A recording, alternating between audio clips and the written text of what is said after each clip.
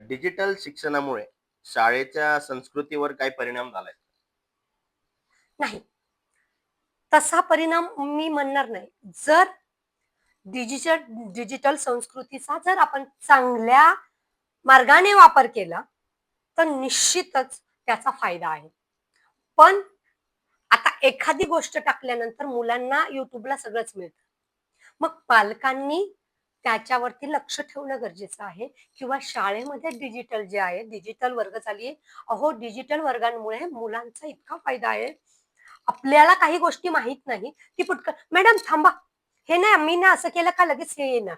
Okay. म्हणजे जो अभ्यासक्रम टाकला गेलेला आहे, त्या अभ्यासक्रमावरती विद्यार्थी फटाफट हे करतात आणि गणितं सॉल्व्ह करायची असतील, की नाही मॅडम 5 प्लस 3 म्हणजे पहिलीचा वर्ग म्हणते मी, की तो बोटावर मोजण्याची गरज नाही. ते गरज नाही. फास्ट याचा तो फायदा त्यांचा आहे. फायदाही झाला. जितका एखाद्या गोष्टीचा जितका फायदा असतो, तितके तोटेही असतात. हं, हं, हं. मग तोटे आपण घेतले पाहिजे.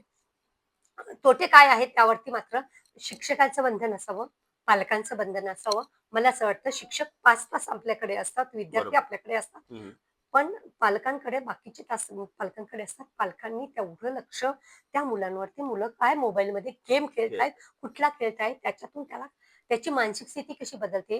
म्हणजे आत्ताची जी मुलं गेम खेळतात ना, ते असे अक्राळ-विक्राळ असलेले फायटिंगचे गेम वगैरे हं, हं, खेळतात हं, ना, हं. त्यामुळे त्यांची मेंटॅलिटी तशी होत चेंज जाते होतं. आणि मग ती मुलं तशीच अतिचंचल होतात आणि मग अतिचंचल झाली की त्यांना कंट्रोल करणं सोपं सोपं होत नाही. होत नाही. म्हणून त्यासाठी पालकांनी निश्चित माझा विद्यार्थी, माझा मुलगा काय करतोय हे बघितलं हे बघ. पाहिजे.